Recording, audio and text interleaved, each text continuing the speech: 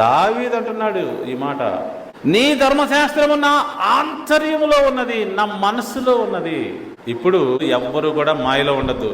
నేను దేవుని బిడ్డని, నేను దేవుని విశ్వాసిని, నేను దేవుని బోధకుడిని అని ఎవరైతే ఈ ప్రపంచంలో అంటున్నారో, నేను యేసుక్రీస్తు ద్వారా రక్షించబడ్డాను, నేను యేసుక్రీస్తు సంబంధిని, నేను క్రిస్టియన్ని, మాది క్రైస్తవ మతము, ఎవరైతే యేసుక్రీస్తు సంబంధులు అంటున్నారో వారందరికీ ఒకవేళ వారి మనసులో పరిశుద్ధాత్మ శక్తి వస్తే వారు ఖచ్చితంగా దేవుని ధర్మశాస్త్రం ఫాలో అవుతారు.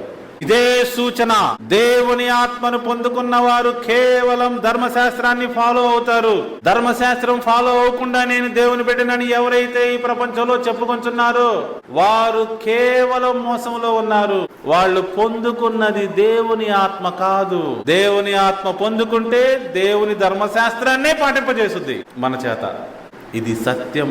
వాక్యములలో పరిశీలన చేసుకొని చూసుకోండి.